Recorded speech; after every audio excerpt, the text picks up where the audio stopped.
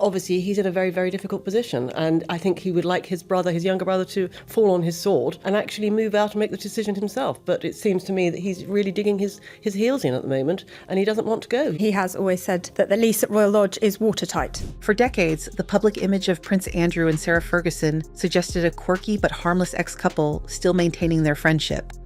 But now, explosive testimonies from former royal staff are pulling back the curtain on what life was really like inside their household.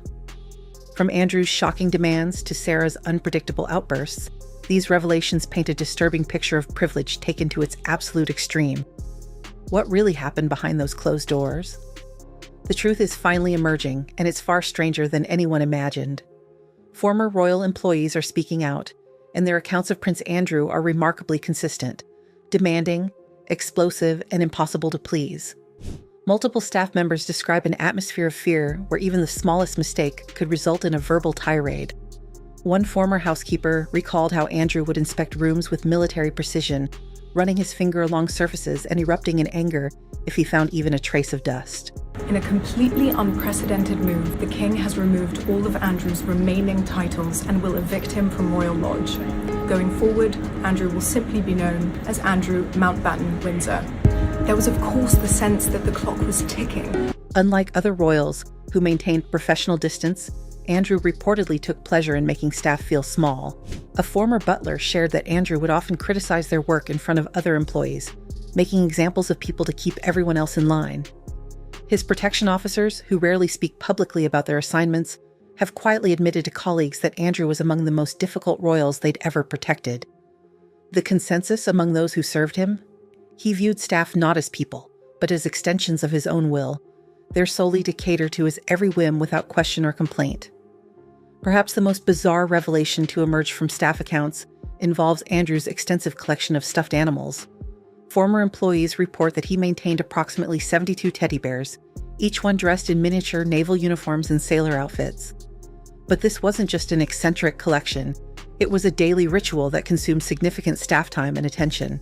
On this particular occasion, went into Prince Andrew's bedroom and his apartments, and on his bed was, I now know was 72, I said about 50, but our maid confirmed it was 72 because she had to count them. 72 teddy bears on his bed. And then my inspector showed me a laminated card which is in the side drawer. Every single morning before Andrew entered his bedroom, staff were required to arrange all 72 bears on his bed in a specific formation, organized by size from largest to smallest. The positioning had to be exact. To ensure consistency, a laminated instruction sheet was kept in the room, showing precisely where each bear should be placed. New staff members received formal training on the bear arrangement, and getting it wrong wasn't an option. One former employee compared the diagram to military battle plans, with each bear having its designated position. But the ritual didn't end there.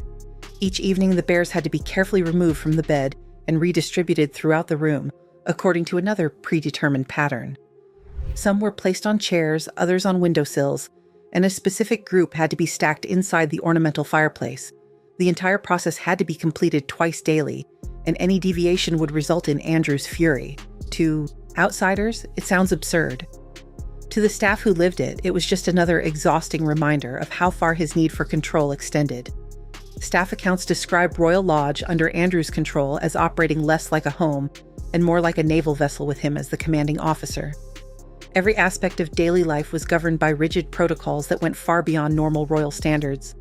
His clothes had to be folded in a particular way, with specific measurements for how items should be stacked. His shoes required daily polishing and had to be arranged in a precise line, organized by style and occasion. Now, an ex-royal staff member has opened up about his time working at Buckingham Palace. Dan Ottaway, who served as a chef, claims that out of all of the royals that he catered for, Prince Andrew was difficult and more demanding than others. I mean, he's certainly not getting a good rap. Breakfast was a particularly stressful time for kitchen staff. Andrew's morning meal had to be served at an exact temperature, with items positioned on the tray in a specific configuration. One staff member recalled being reduced to tears after Andrew threw a breakfast tray back at her because the toast was cut diagonally instead of straight across. The arbitrary nature of his rules made the work even more stressful. Staff never knew which minor detail would trigger an explosion. Former employees also describe how Andrew would summon staff with aggressive buzzer rings, sometimes calling people back repeatedly just to point out minor imperfections. One aide remembered You could hear him before you saw him. The shouting would echo through the halls. The atmosphere was so toxic that senior palace officials acknowledged privately that Andrew's household had the highest staff turnover of any royal residence. People would request transfers or quit entirely rather than continue working under his tyrannical management style. While Andrew's behavior was consistently difficult, staff accounts of Sarah Ferguson paint a more complicated picture. In her early years as the Duchess of York, she was known for being bubbly, accessible, and refreshingly informal compared to other royals. She would chat with staff, ask about their families, and seemed genuinely interested in them as people. But according to those who worked closely with her, that friendliness came with a price.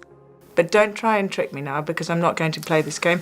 Delete that bit. John, can you delete it, please, that bit? Because I don't want to go down this... Duchess, I'm asking very fair questions of you. No, it's too tabloidy. John is Sarah's Australian agent, off-screen. This is everything you've written in your book. As financial pressures mounted and scandals multiplied, insiders say Sarah's demeanor shifted dramatically. The warm, chatty Duchess could transform into someone unrecognizable, lashing out over trivial matters. Former staff described mood swings that left them walking on eggshells, never quite sure which version of Sarah they would encounter. One particularly painful incident involved Sarah berating a junior staff member so harshly over a scheduling mix-up that the young woman left in tears and later resigned. Palace insiders from that era draw a stark contrast between Sarah and Princess Diana. While Diana was remembered by staff as consistently gentle, thoughtful, and composed, even under pressure, Sarah was described as reactive and impulsive. She could be laughing and joking one moment, then exploding in anger the next if something didn't go her way. Some former employees suggest that Sarah's behavior worsened as her public image deteriorated, with the stress and humiliation manifesting as increasingly erratic treatment of those around her. Beyond the mood swings, staff also had to contend with Sarah's extravagant and often unreasonable demands. Despite mounting debts and financial scandals, she maintained expensive tastes and expected staff to accommodate her every request, no matter how impractical. Former employees described last-minute demands for elaborate meals, constant redecoration projects, and shopping requests that required staff to visit multiple stores to find exactly the right item. This is why one of the reasons the Queen loved you so much and you were so special to her. What did she mean to you? Oh, she just... I think I was just myself with her, and I was allowed to be myself with her, which is such a joy. One particularly revealing story involves Sarah insisting that fresh flowers be replaced daily throughout Royal Lodge, even in rooms that were rarely used. When a housekeeper suggested this was wasteful during a period when Sarah's debts were making headlines, she was reportedly met with fury and accusations of impertinence. The disconnect between Sarah's financial reality and her continued demands for royal-level service created constant tension. Staff also describe how Sarah would blame them when her own poor planning created problems. If she forgot an appointment, it was somehow the staff's fault for not reminding her adequately. If an outfit didn't look right, it was because the staff had hung it incorrectly. This pattern of deflecting responsibility wore down even the most patient employees. Yet despite everything, Sarah somehow maintained her public image as down-to-earth and relatable, a stark contrast to the demanding figure staff encountered behind closed doors. The most extraordinary aspect of Royal Lodge was that Andrew and Sarah, despite being divorced, continued living together for nearly 2 decades. Staff who witnessed this unusual arrangement describe it as a strange codependency, with Sarah often serving as the only person who could calm Andrew's rages. When Andrew would explode at staff, Sarah would sometimes intervene, diffusing situations and apologizing on his behalf. Valiant, fun-loving Andrew he may be, and is. Quite a lad, this prince of ours, who has now found his English rose called Sarah. But... There are no buts about it. This time it is the real thing. So who is this lucky young lady? But this dynamic also created confusion and additional stress for employees. They had to navigate 2 separate sets of demands, often contradictory, from 2 people who were technically no longer married but functioned as a household unit. Some former staff members suggest that Sarah tolerated and even enabled Andrew's worst behavior because Royal Lodge provided her with the royal lifestyle she was otherwise losing access to. The codependency worked both ways. Andrew seemed to rely on Sarah's social skills and her ability to maintain their public image as the happiest divorced couple. Meanwhile, Sarah clung to the legitimacy and security that came with her connection to Andrew and Royal Lodge. For staff caught in the middle, it meant enduring 2 challenging personalities under one very stressful roof. Now, that carefully maintained arrangement is crumbling. With Andrew stripped of his remaining titles and ordered to leave Royal Lodge, the illusion of their harmonious post-divorce life has shattered completely. He's relocating to a significantly more modest property on the Sandringham estate, while Sarah faces an uncertain future without the royal residence that's been her anchor. In a statement released a few minutes ago by Buckingham Palace, Prince Andrew has said he will no longer be using any of his titles or honours, including that of Duke of York. Prince Andrew said the continued accusations were distracting from the work of the royal family. The irony isn't lost on former staff members who spent years catering to their every whim. The same couple who demanded perfection from everyone around them, who created an atmosphere of fear and control, now find themselves losing control of their own circumstances. Royal insiders suggest that Sarah is particularly devastated, having sold her own property believing she'd remain at Royal Lodge indefinitely. For the first time in years, she'll have to make her own way without the buffer of royal connections and royal property. What's been exposed through these staff revelations isn't just bad behavior, it's a systemic abuse of power that went unchecked for decades. While Andrew and Sarah presented themselves as victims of media scrutiny and public misunderstanding, their own staff were experiencing something very different: entitlement, cruelty, and a complete disconnection from how normal people live and work. The fallout has extended beyond Andrew and Sarah themselves. Their daughters, Princess Beatrice and Princess Eugenie, have reportedly distanced themselves from the escalating scandal surrounding their parents.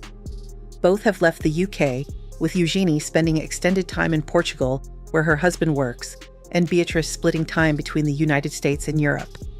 Royal sources indicate that both sisters are deeply embarrassed by the revelations about their parents' treatment of staff and the ongoing legal and financial troubles. They've worked hard to establish their own reputations separate from the York family drama, and these new exposés threaten to drag them back into the spotlight for all the wrong reasons. The House of York, once a prominent branch of the royal family, now appears fractured and scattered.